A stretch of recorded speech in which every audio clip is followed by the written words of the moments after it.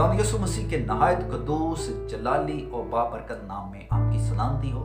आज हम बात करेंगे यीशु मसीह के पहले कलमे पर, जिसको कलमा माफ़ी भी कहा जाता है। यीशु मसीह के ये 7 सलीबी कलमात तारीखी कलमात भी हैं और आज तक ज़मीन पर इन फ़ज़ाओं में यीशु मसीह के ये 7 सलीबी कलमात अपना असर रखे हुए हैं और इनका असर रहती दुनिया तक कायम रहेगा। और इन 7 सलीबी कलमात जिनको यीशु मसीह ने सलीब पर अपने मुंह से सादर किया, इनमें इंसान की गुनाह से माफ़ी, उसकी निजात, मखलसी, हमेशा की ज़िंदगी और खुदा से अब्दी मलाप छुपा हुआ है। तो आए इन 7 सलीबी कलमात में से जो पहला कलमा है इस पर गौर करें, जो लूका की अंजील उसका 23वां बाब और 34वीं आयत में लिखा है।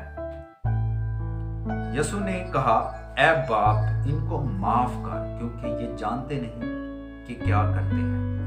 आमीन।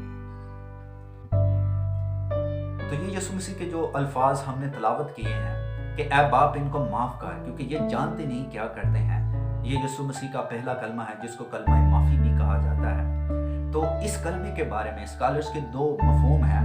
पहला मफहूम ये है कि यीशु मसीह बाप से उनके लिए मुखातब है जो लोग यीशु मसीह के साथ बुरा कर रहे हैं, उसको तमाचे मार रहे हैं, उसकी दाढ़ी नोच रहे हैं, उसके सर पर कांटों का ताज रख रहे हैं, उसको कोड़े मार रहे हैं और उसके हाथों में कील लगा रहे हैं, उसको सलीब दे रहे हैं। यीशु मसीह उन सब के लिए ये खुदा से, बाप से इल्तिजा कर रहा है कि ऐ बाप, इनको माफ कर, क्योंकि ये जानते नहीं क्या करते हैं।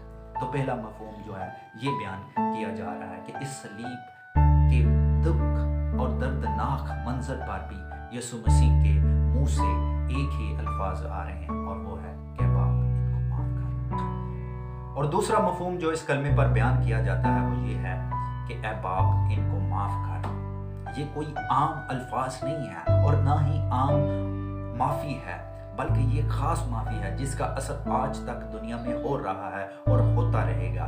यीशु मसीह यहाँ पर जो दरख्वास्त कर रहे हैं, एक वकील की तरह खुदा के हजूर, बाप के हजूर वकालत कर रहे हैं, इस जहान के लिए वकालत कर रहे हैं और जहां को, दुनिया को उसके गुनाहों से रहाई देने के लिए खुदा के हजूर, बाप के हजूर कह रहे हैं कि ऐ बाप, ये जानते नहीं कि क्या करते हैं, इनको लिहाजा माफ़ कर। तो ये अल्फाज जो यीशु मसीह ने सलीब पर बयान किए आज भी लोगों की ज़िंदगियों में असर कर रहे हैं और आज ही भी बाप उनको कसरत से माफ़ कर रहा है, जिनकी ज़िंदगियों में ये मकाशफा जो है खुल जाता है और वो इन अल्फाज को कबूल करता है। और तो आज भी खुदा ऐसे जो झूठे हैं, फरेबी हैं, बदी के बदकार हैं और हर्रियाकार हैं, मैं कहता हूँ यीशु मसीह का ये कलमा इस दुनिया में माफ़ी का इनकलाब था, क्योंकि यीशु मसीह ने जैसी माफ़ी पेश की किसी ने आज तक ऐसी माफ़ी पेश नहीं की। यीशु मसीह ने 3 बार बाइबल मुकद्दस में कहा, यहाँ वो है जो सुलेमान से भी बड़ा है, यहाँ वो है जो यूना से भी बड़ा है, यहाँ वो है जो हैकल से भी बड़ा है।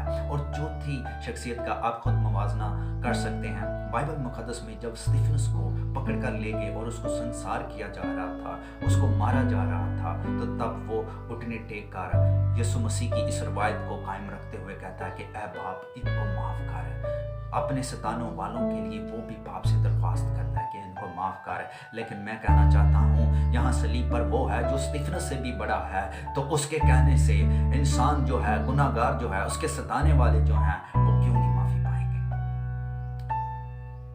तो ये यीशु मसीह के अल्फाज अपने अंदर एक ऐसी कुदरत रखते हैं कि आज भी इसके ज़रिया से हज़ारों लोग खुदा की हज़ूरी में गुरबत में आ रहे हैं। और इस अल्फाज ने जो यीशु मसीह के साथ डाकू मसलूब हुआ था, उसकी काया पलट कर रख दी और उसको फरदौस में दाखिल कर दिया। अगर आप भी इस अल्फाज की जो यीशु मसीह के मुंह से सादर हुए हैं माफ़ी के लिए, उसकी कदर करें और मसीह की सलीब के पास आएँ, तो आप भी खुदा की फरदौस में दाखिल हो जाएंगे।